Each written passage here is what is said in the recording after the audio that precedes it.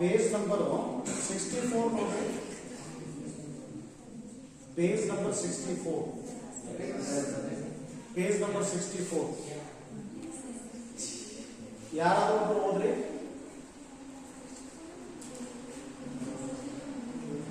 S, ಈ transaction ಯಾರಾದ್ರೂ ಒಬ್ರು ಓದ್ರಿ. ಟೈಮ್ ಕಡಿಮೆ ಇದೆ, ನೀವು ರೆಸ್ಪಾನ್ಸ್ ಮಾಡಬೇಕು.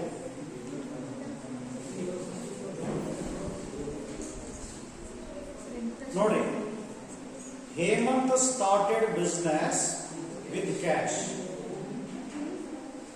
Hemant started business with cash. ಎಷ್ಟು ಬಿಸ್ನೆಸ್ ನಲ್ಲಿ ದುಡ್ಡು ಹಾಕಿದಾನೆ Hemant? 3 lakh rupees. So what is the journal entry? Capital account debit to cash account. So ಯಾಕೆ ಕ್ಯಾಪಿಟಲ್ ಅಕೌಂಟ್ ಗೆ ನಾವು ಡೆಬಿಟ್ ಅಂತೀವಿ? ಕ್ಯಾಪಿಟಲ್ ಅನ್ನೋದು whether it is liability or whether it is asset of the business. Capital it is treated as liability of the business. Correct? Double button ಬಂದ ಇದೆ.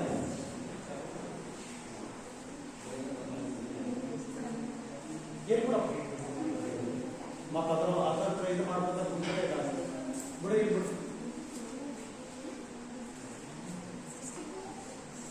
ಸೆಲವಿಂದ ಪಾಪವಿಂದ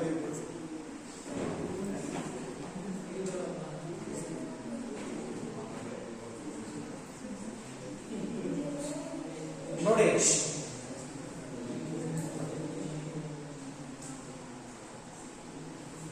page number 64 ಅಲ್ಲ, page number 64 ಅದ್ರ ಕೆಳಗಡೆ ನಿಮಗೆ ಸೊಲ್ಯೂಷನ್ ಕೂಡ ಇದೆ ನೋಡಿ. Hemant started business with cash.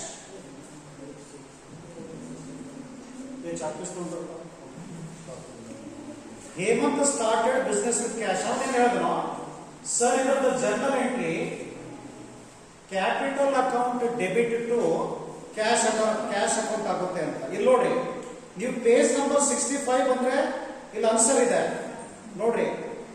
Started business with cash ಅಂತಂದ್ರೆ ಕ್ಯಾಶ್ 3 lakh rupees ಬಿಸ್ನೆಸ್ ಒಳಗಡೆ ಬರ್ತಾ ಇದೆ, isn't it? So liability capital ಏನು?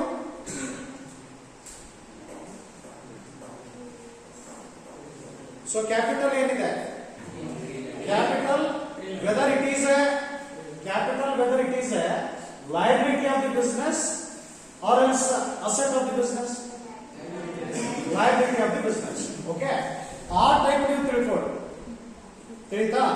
ಸೊ ಫಸ್ಟ್ ನೀವೇನು ಅರ್ಥ ಮಾಡ್ಕೊಳ್ರಿ, ಇದು ಒಂದು ಬಿಸ್ನೆಸ್ ಟ್ರಾನ್ಸಾಕ್ಷನ್. ಯಾವುದು? Started business with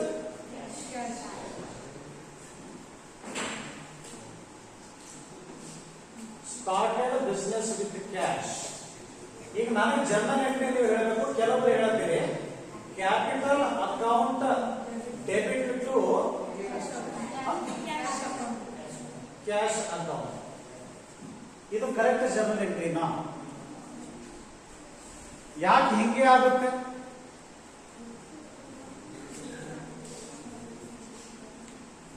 isn't it? So ಯಾಕೆ ಇದೇ ಟೈಪ್ ಬರುತ್ತೆ ಅಂತ ನನ್ನ ಪ್ರಶ್ನೆ.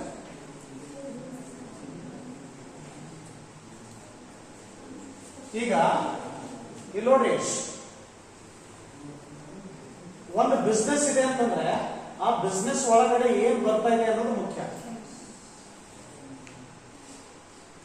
ಕ್ಯಾಶ್ ಬರ್ತಾ ಇದೆ ಅಂತಂದ್ರೆ ಆ ರೀತಿಯಲ್ಲಿ ನೀವೇನಂತಿದ್ರಿ ಅದಕ್ಕೆ ಕ್ಯಾಪಿಟಲ್ ಅಂತ ಹೇಳ್ತಾ ಇದ್ರಿ. Capital account debit to cash account. ಮತ್ತೆ ಟು ಕ್ಯಾಶ್ ಅಕೌಂಟ್ ಅಂತ ಯಾಕೆ ಹೇಳ್ತಾ ಇದ್ರಿ?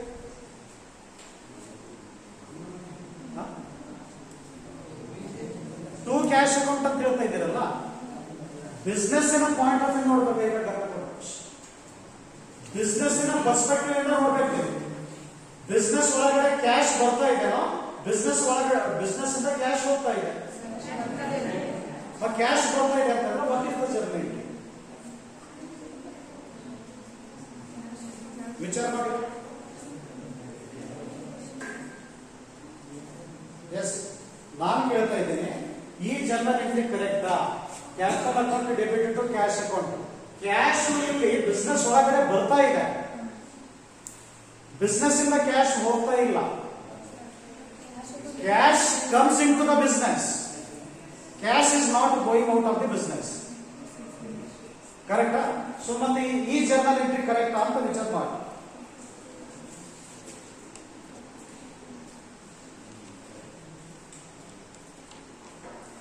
ಎಲ್ಲರೂ ವಿಚಾರ ಮಾಡಿ, ಥಿಂಕ್ ಮಾಡಿ.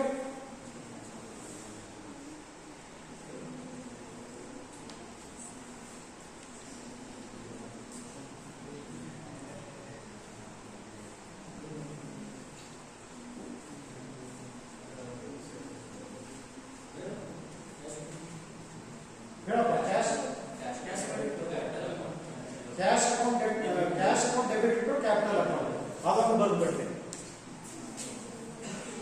ಕ್ಯಾಶ್ ಅಕೌಂಟ್ ಡೆಬಿಟ್ ಟು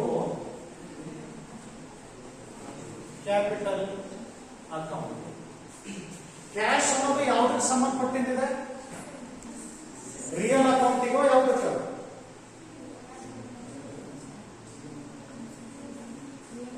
ಹೇಳಿ. Cash real account. Real account rule ಏನು? ಯಾವುದು ಬಿಸ್ನೆಸ್ ಒಳಗಡೆ ಬರುತ್ತೆ.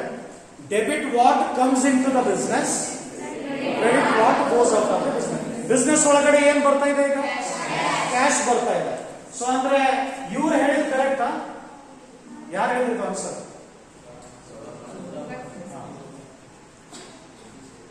ಸೊ ಕ್ಯಾಶ್ ಅಕೌಂಟ್ ಡೆಬಿಟ್ ಇದೇ ಕರೆಕ್ಟಾ? Is it correct? To capital account ಅಂತ ಇದೀವಿ. ಕ್ಯಾಪಿಟಲ್ ಅಕೌಂಟ್ಗೆ ಯಾಕೆ credit? So capital, it is liability of the business. ಒಂದು ಬಿಸ್ನೆಸ್ ನ ಲಯಬಿಲಿಟಿ ಜಾಸ್ತಿ ಆಯಿತು ಅಂತಂದ್ರೆ ಕ್ರೆಡಿಟ್ ಮಾಡಬೇಕು, ಡೆಬಿಟ್ ಮಾಡಬೇಕು? If there is a increase in liability, ಹೇಳಿನಲ್ಲ, ಒಂದು ವೇಳೆ ಲಯಬಿಲಿಟಿಯಲ್ಲಿ ಜಾಸ್ತಿ ಆಗಿತ್ತು ಅಂದ್ರೆ ಕ್ರೆಡಿಟ್ ಮಾಡಬೇಕು. ಆ ಒಂದು ಪಾಯಿಂಟ್ ಆಫ್ ವ್ಯೂ ಕ್ರೆಡಿಟ್ ಮಾಡಿದ್ವಿ ಅಂತ ನನಗೆ ಇನ್ನೂ ಕ್ಲಿಯರ್ ಆಗಿಲ್ಲ. ಇವು ಎರಡರಲ್ಲಿ ಯಾವುದು correct journal entry? Cash account debit to capital account ಏನಾ? ಏನಂತ? Capital account debit to cash account.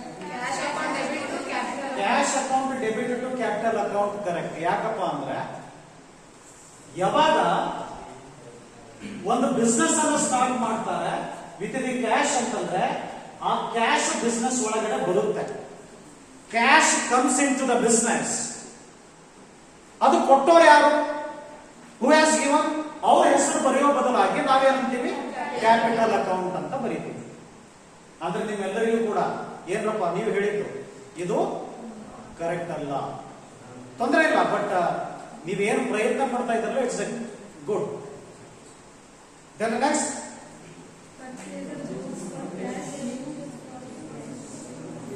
purchased goods for cash. What is the journal entry?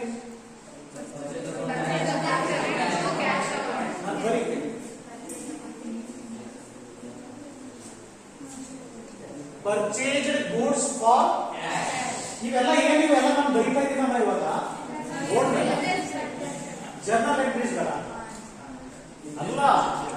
ನಾನು cash account debit to capital account ಅಂತ ಬರೀತಕ್ಕಂಥದ್ದು it is ಒಂಥರ journal entry type ಮಾಡ್ತಾ ಇದ್ದೀನಿ. Accounting board ಮೇಲೆ ಬರೀತಾ ಇದ್ದೀನಿ. ಇವು ಏನ್ ಸೆಂಟೆನ್ಸ್ ನಲ್ಲಿ ಇದಾವಲ್ಲ, ಏನಿದೆ ಇನ್ನೊಂದು next purchased goods for cash. Purchased goods for cash. So ಇದರ ಅರ್ಥ ಅರ್ಥ ಏನು? ಯಾರು ಪರ್ಚೇಸ್ ಮಾಡ್ಯಾರ? ಅದು ಬಹಳ ಮುಖ್ಯ ನಿಮಗೆ. ನೀವು ಕಾಮರ್ಸ್ ವಿದ್ಯಾರ್ಥಿಗಳು ಯಾವಾಗಲೂ ಕೂಡ from the perspective of business, ಬಿಸ್ನೆಸ್ಸಿನ ದೃಷ್ಟಿಕೋನದಿಂದ you always make a journal entries. You always have to pass the journal entries from the perspective of business ಅಥವಾ ಕಂಪನಿ. ಸೊ ಈಗ ಆ ಕಂಪನಿಯವರು ಏನ್ ಮಾಡಿದ್ದಾರೆ?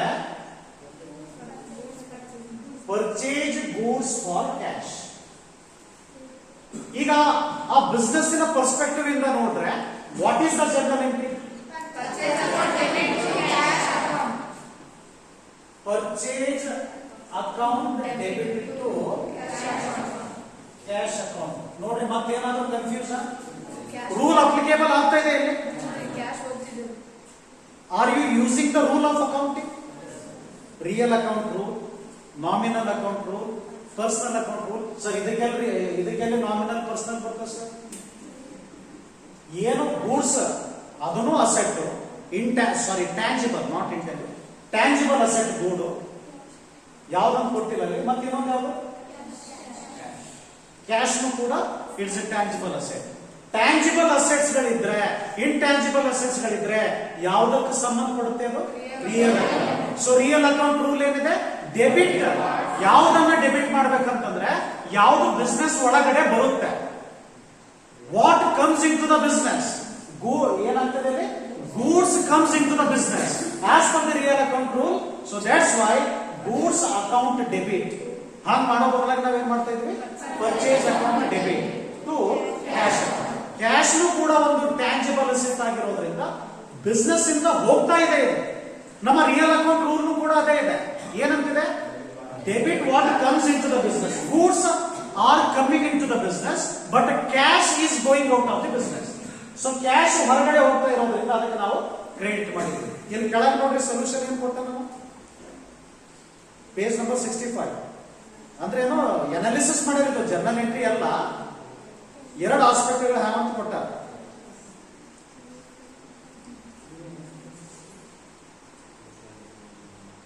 Goods isn't it?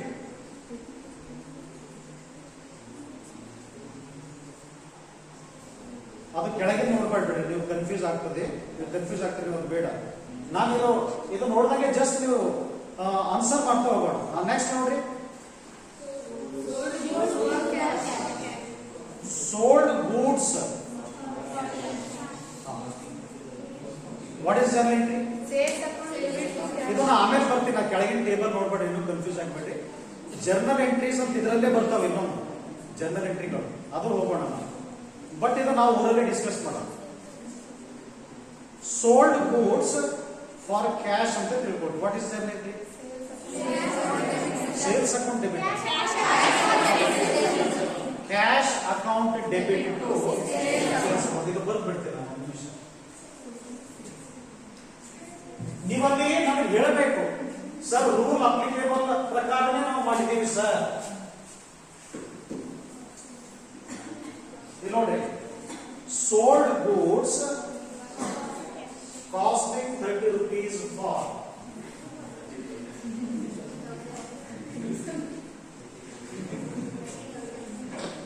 ಎಷ್ಟು? Sold goods costing 30,000 rupees, 30,000 for 45,000 ಅಂತ.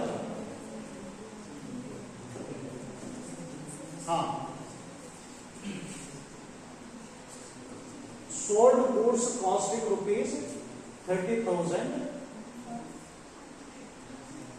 for 45,000. ಏನು ಹೀಗಂದ್ರೆ ಏನು? ಅಂದ್ರೆ ಅಲ್ಲಿ 30,000 ಬರೀತಿರೋ ಅಮೌಂಟ್ ಬರೆಯುವಾಗ 45,000.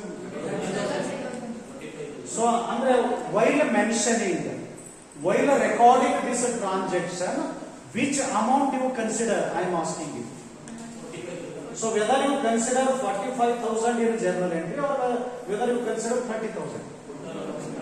ಇದು ಇಷ್ಟಕ್ಕೆ ಮಾರಾಟ ಆಗಿದೆ ಅಂತಂದ್ರೆ ಇಷ್ಟಕ್ಕೆ ಕನ್ಸಿಡರ್ ಮಾಡಬೇಕು. Okay. So what is the journal entry? Cash account debit to sales account. ಈಗ ಅದೇ ಕೇಳಿದ್ರೆ ನಿಮಗೆ ಎಷ್ಟು ಬರೀತೀರ ಅಮೌಂಟ್? 30,000 ಬರೀತೀರಾ? 45,000. ಓಕೆ. ಎಕ್ಸ್ಪ್ಲನೇಷನ್ ಅಂತೂ ಕಾಮನ್ ಆಗಿ ನೀವು being the goods are sold for cash, isn't it? Then next, purchased goods from Monica.